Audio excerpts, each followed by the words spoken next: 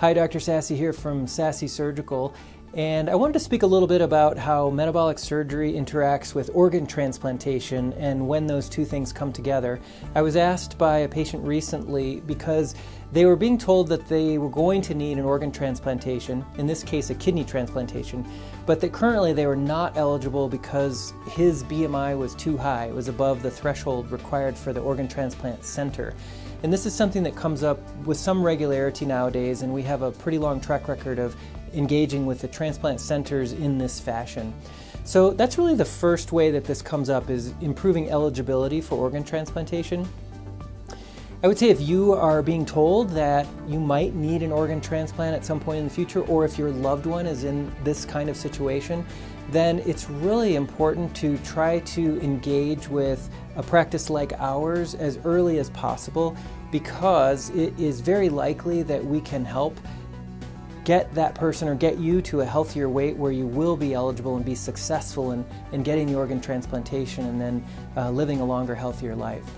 So it comes up with a number of different organs. We've had patients over the years who've needed kidney transplantation is the most common, but also heart, lung, and liver transplantation. Candidates who have gained weight and become at an obesity level that it's considered too high for the organ transplantation to take place. As you may be aware, there are far more people in the United States and around the world who need organ transplantation than there are organs available to transplant. For this reason, the transplant centers must decide and allocate those scarce organs to people in a way where they think they can do the greatest good. And one of the many criteria that get imposed at the time of these decisions is BMI, or body mass index. And that's for a couple of reasons. One is that there may be safety and complication-related factors that have to do with the organ transplantation surgery and recovery, where it's desirable to have the person be at a lower, healthier BMI. Secondly, however, a person who's at a higher BMI may be at higher risk of doing some ongoing damage to the transplanted organ, so that the organ won't last as long and won't do as much good.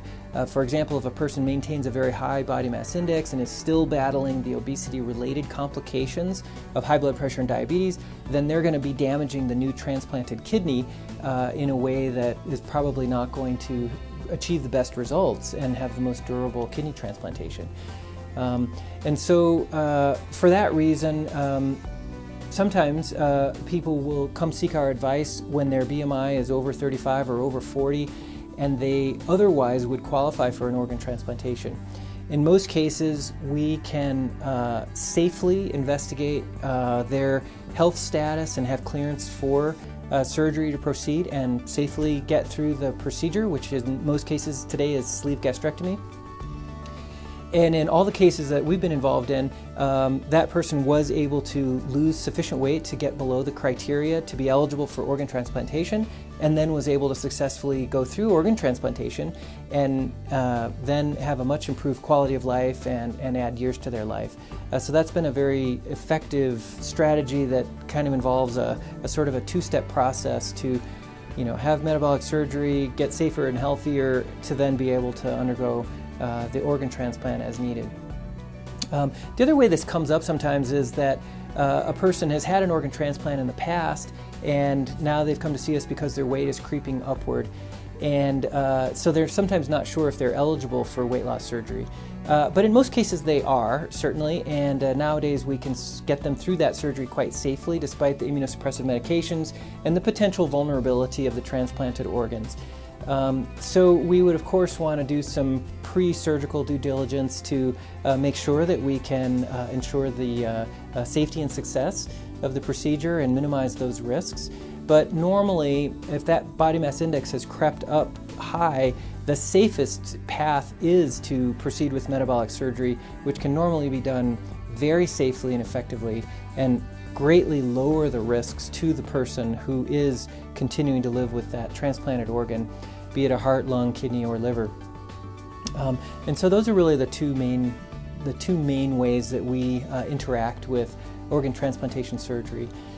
So I would just reiterate or add that if you or a loved one is being told that there may be an organ transplant down the road in the future, for example, the kidneys are getting close to that point where hemodialysis is required 3 days a week, or the other organs are getting severely damaged enough to where the only option may be organ transplant.